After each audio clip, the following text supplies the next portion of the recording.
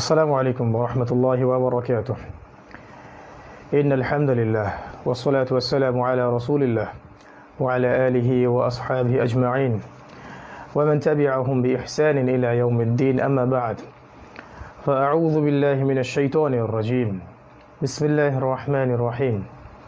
وقال الله تعالى في كلامه المجيد: وقل جاء الحق وزهق الباطل إن الباطل كان زهوقا.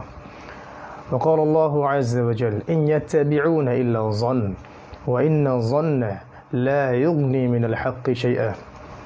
اللهم أرنا الحق حقا والباطل باطلا. رب اشرح لي صدري ويسر لي أمري واحلل عقدة من لساني يفقه قولي. আলহামদুলিল্লাহ, যাবতীয় প্রশংসা এবং গুণগান একমাত্র মহিয়ান গরিয়ান আল্লাহ সুবহানাহু ওয়া তাআলার জন্যে, যে আল্লাহ সুবহানাহু ওয়া তাআলা নাজিল করেছেন মহাবিশ্বের মহাবিশ্বয় মহাগ্রন্থ আল কোরআন এবং প্রেরণ করেছেন সর্বকালের সর্বশ্রেষ্ঠ মানব মুহাম্মদুর রাসূলুল্লাহ সাল্লাল্লাহু আলাইহি ওয়াসাল্লামকে। আল্লাহুম্মা সাল্লি আলা মুহাম্মদ, আল্লাহুম্মা বারিক আলা মুহাম্মদ, আল্লাহুম্মা আনসুর মান নাসারা দীন মুহাম্মাদিন সাল্লাল্লাহু আলাইহি ওয়াসাল্লাম ওয়াজআলনা মিনহুম ওয়াখযুল মান খাযালা দীন মুহাম্মাদিন সাল্লাল্লাহু আলাইহি ওয়াসাল্লাম ওয়ালা তাজআলনা মিনহুম। প্রিয় দিনী ভাই বোনেরা, আলহামদুলিল্লাহ, প্রশংসা আল্লাহ পাকের জন্য। দরুদ এবং সালাত বর্ষিত হোক প্রিয় নবী সাল্লাল্লাহু আলাইহি ওয়াসাল্লামের প্রতি।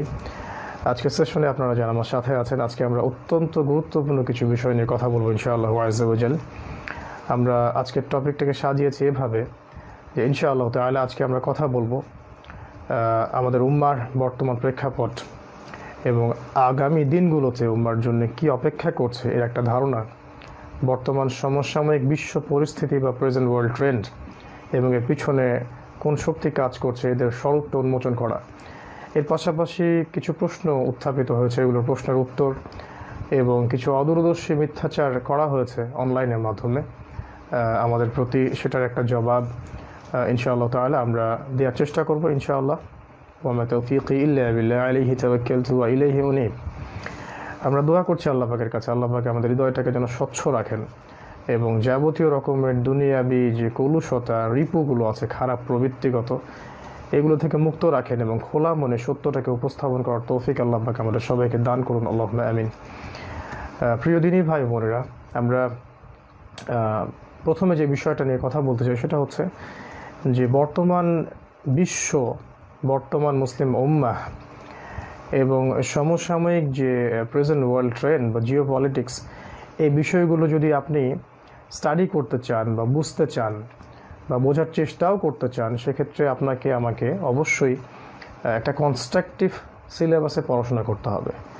শুধুমাত্র সেকুলার এডুকেশন সিস্টেম দিয়ে বা শুধুমাত্র ইসলামিক প্রচলিত এডুকেশন সিস্টেমটা দিয়ে আমরা বর্তমান প্রেজেন্ট ওয়ার্ল্ড ট্রেন্ডটাকে পেনিট্রেট করতে পারবো না। একটু নিজের প্রতি অনেস্ট হয়ে আমরা একটু দেখি যে আমরা বিগত 100 বছরে সত্যিকার অর্থেই কি প্রেজেন্ট ওয়ার্ল্ড অ্যাফেয়ার্সগুলোকে চ্যালেঞ্জ করতে পেরেছি কি না। আমরা একটু খোলাসা করছি, আমরা কি লাস্ট 100 বছরে ইসরায়েলের এজেন্ডাগুলোকে উম্মার সামনে স্পষ্ট করতে পেরেছি কি না। আমরা কি লাস্ট 100 বছরে আমাদের এই যে পশ্চিমা সভ্যতার কাটপেস্ট সিভিলাইজেশন এভরি সিঙ্গেল সেক্টরে ওয়ার্ল্ড এস্টাবলিশ করা হয়েছে, এটাকে চ্যালেঞ্জ করতে পেরেছি কিনা। আমরা কি তাদের ইকোনমিক ব্যাংকিং সিস্টেমগুলোকে চ্যালেঞ্জ করতে পেরেছি কিনা, যাদের বেস এবং ফান্ডামেন্টাল পিলারগুলো হচ্ছে অন দ্য ফাউন্ডেশন অফ রিবা। আমরা কি IMFকে চ্যালেঞ্জ করতে পেরেছি কিনা। আমরা কি ওদের ওয়ার্ল্ড ব্যাংককে চ্যালেঞ্জ করতে পেরেছি কিনা। আমরা কি ইউনাইটেড নেশনস বা জাতিসংঘের যে global agenda, they want to rule the world, এটাকে চ্যালেঞ্জ করতে পেরেছি কিনা। সবচেয়ে বড় কথা হচ্ছে আমরা কি জায়োনিস্ট মুভমেন্টকে চ্যালেঞ্জ করতে পেরেছি কিনা, যারা এই বিশ্বটাকে শাসন করছে, যারা চেয়েছিল বিশ্বটাকে শাসন করতে, আজকে তারা সেটা করে দেখিয়েছে। আমরা কি চাইনিজ এবং রাশিয়ান যে অ্যালায়েন্স এবং আমেরিকান এবং ন্যাটোর যে অ্যালায়েন্স এবং ব্রিটেন, ফ্রান্স, জার্মানি, আপনার ইসরায়েল বেস যে সিভিলাইজেশনগুলো আছে, এগুলোর যে অ্যালায়েন্স, এদের যে ইসলাম বিদ্বেষী তৎপরতাগুলো আছে, এগুলোকে চ্যালেঞ্জ করতে আদৌ পেরেছি কিনা। আমরা কি মুশরিকদের সাথে মুনাফিকদের যে আতাতটা চলছে সারা বিশ্বব্যাপী, এটাকে চ্যালেঞ্জ করতে পেরেছি কিনা। আমরা একটা একটা করে দেখি, নিজের প্রতি অনেস্ট হই যে আমরা কি বর্তমান বিশ্বে মুসলিমদের যে কোণঠাসা অবস্থা, প্রত্যেকটা সেক্টর থেকে হোক, সেটা ফিলোসফিক্যাল থট হোক সেটা পলিটিক্যাল সিস্টেম, হোক সেটা ইকোনমিক সিস্টেমগুলো, হোক সেটা ব্যাংকিং সিস্টেম, হোক সেটা কারেন্সি, হোক সেটা IMF, হোক সেটা আপনার সাংস্কৃতিক আগ্রাসন বা শিক্ষা ব্যবস্থা শির্ক, বা হোক সেটা আমাদের আপনার যে ইকোনমিক ডমিনেন্স, ওদের মিলিটারি পাওয়ার, ওদের যে আপনার কি বলবো, ওদের যে অস্ত্রশস্ত্রের যে ঝনঝনানি হুঙ্কার, এগুলোকে আমরা আসলে ইউনাইটেডলি আমরা অ্যাজ এ উম্মাহ এটাকে আমরা চ্যালেঞ্জ করতে পেরেছি কিনা লাস্ট 100 বছরে? Please please please be honest with yourself. আমি স্কলারদেরকেও বলবো, আমাদের আমজনতাকেও বলবো, এবং আমাদের পলিটিক্যাল নেতাদেরকেও বলবো, সোশ্যাল নেতাদেরকেও বলবো, যাদের অন্তরে আল্লাহ পাক নূর, বসিরা এবং স্বচ্ছতা বাকি রেখেছেন, সেই প্রত্যেকটা মানুষকে বলবো, যাদের হৃদয়টা করাপ্টেড নয়, please be honest with yourself. আপনি উম্মার এই অবস্থাটাকে দেখুন এবং দেখুন যে উম্মা অ্যাজ এ উম্মতে মুহাম্মাদি আমরা এগুলোকে চ্যালেঞ্জ করতে পেরেছি কি না। যদি না পেরে থাকি তাহলে সমস্যাগুলো কোথায়, কেন পারছি না? আর যদি না পেরে থাকি তাহলে আমাদের পারা উচিত ছিল কি না? আমরা কি সেই বীরের জাতি নই? আমরা কি সেই জাতি নই যারা এই ওয়ার্ল্ডটাকে রুল করেছিলাম? তাহলে আমাদের সমস্যাগুলো ফাইন্ড আউট করা উচিত, আমাদের মূল জায়গাগুলোতে কাজ করা উচিত।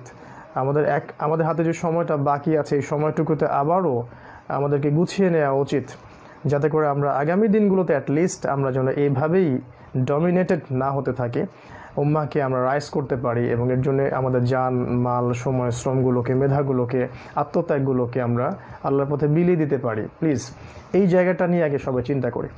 আর এই বিষয়গুলোকে বোঝার জন্যে আমার ক্ষুদ্র জ্ঞানে আমার অবজারভেশন হচ্ছে, আমি অত্যন্ত ক্ষুদ্র জ্ঞানের একজন মানুষ।